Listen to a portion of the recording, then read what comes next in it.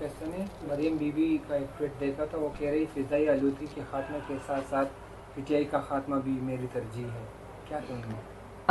कौन सी पीटीआई को ख़त्म करने की बात हो रही है? मुझे वो बता दें। वो पीटीआई जिसमें जिन लोगों ने छोड़ा था वो दोबारा आने के लिए लड़ रहे हैं।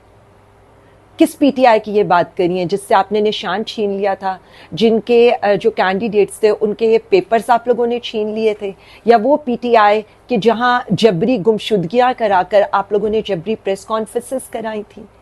मुझे ये बता दें, आप पीटीआई को ख़त्म नहीं कर सकते, क्योंकि ये कीमे के नान और बिरयानी पर बनी हुई पार्टी नहीं है। ये बाशऊर 25 करोड़ अवाम की बनी हुई पार्टी है, जो 27 साल की मेहनत के बाद खान साहब ने एक नज़रिए पे खड़ी की थी। और ना आप नज़रिए को तोड़ सकते हैं और ना आप नज़रिए को कैद कर सकते हैं। नज़रिया और जुनून बरकरार है, क्योंकि इमरान खान आपके बाप की तरह डील करके प्लेटलेट्स गिराकर तैयारे पर यहाँ से गायब नहीं हुए थे और ना अब कहीं जाने को तैयार हैं। आपका हाल तो ये है कि एम्पायर के रिटायरमेंट के पहले दिन ही अब्बा हजूर लंदन और फिर अमेरिका चले गए। बाकी भी अहलो अयाल अब बाहर जाने की तैयारी कर रहे हैं।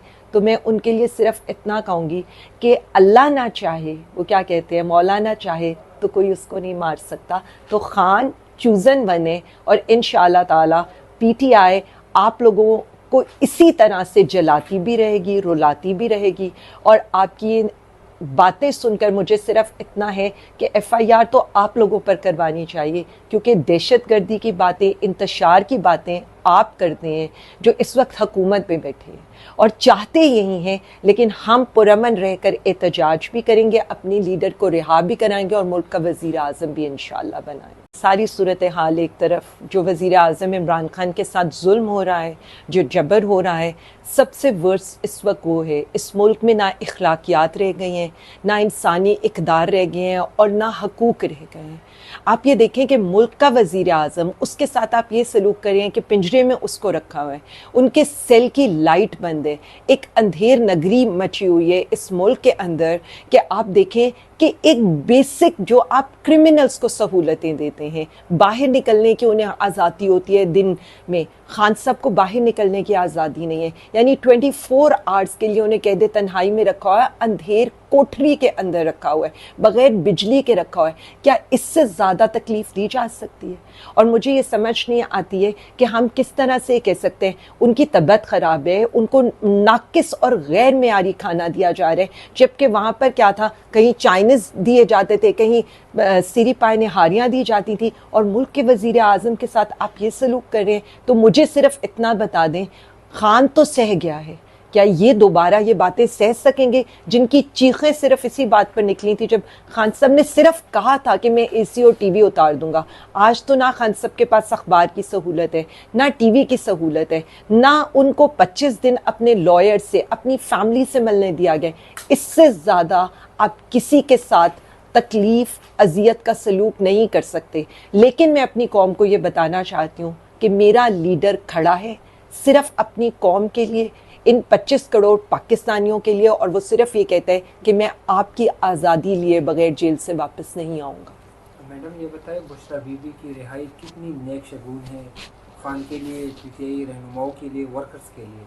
सबसे पहले तो मैं ये बताऊँ कि ख़वातीन को जेलों में रखा क्यों गया? उनकी अहलिया को, खान साहब की अहलिया बुशरा बीबी साहिबा को सिर्फ जेल में इसलिए रखा गया था कि खान साहब के ऊपर प्रेशर बिल्ड कर सकें। इसी तरह से उनकी बहनों को जेल में रखने का क्या मकसद था? मैं थोड़ा सा एक्सप्लेन कर देती हूँ। बीबी साहिबा तो बेगुनाही की जेल काट रही थी, क्योंकि सबने ये देखा है कि बीबी साहिबा अंडर ट्रायल थी, जिस तरह से खान साहब अंडर ट्रायल है। अंडर ट्रायल जो लोग होते हैं उन्हें जेल में नहीं रखा जाता, उनको ज़मानत दी जाती है। तो ये सब डिलेइंग टैक्टिक्स जो बुशरा बीबी के लिए किए गए, और इसी तरह से अलीमा आपा की अगर मैं बात करूं और रुज़मा आपा की, दफ़ा 144 की खिलाफ वर्जी कौन सी उन्होंने की थी? दफ़ा 140 में तो ये होता है, वो तो अकेली खड़ी प्रोटेस्ट करी थी। तो क्या ऐसे पुरअमन एहतजाज के ऊपर भी आपको 20 दिन की जेल काटनी पड़ेगी और 3 दफ़ा के फिजिकल रिमांड काटने पड़ेंगे? मैं सिर्फ इतना बताऊं कि इस मुल्क में आइन और कानून की जो धज्जियां उड़ाई जा रही हैं, ख़वातीन की जो पामाली की जा रही है, और उसके बाद ये सारी बातें करके, मतलब उनकी कैद जो इटसेल्फ एक जुल्म था, हम उस पर बात करने के लिए उसको ओरिजिनल टॉपिक से ट्विस्ट करने के लिए कहते हैं नेक शगुन क्या होता है। हमारे लिए तो ना पहले इस राह में फूल बिछे हुए थे ना अब बिछे हुए हैं, और पीटीआई के लिए नेक शगुन तभी होगा जब खान साहब जो इस मुल्क के मुंतखब वजीर आज़म हैं वो इस जेल से बाहर आएंगे। अच्छा, कल बुशरा बीबी मिली भी है, क्या अपडेट है आपके पास?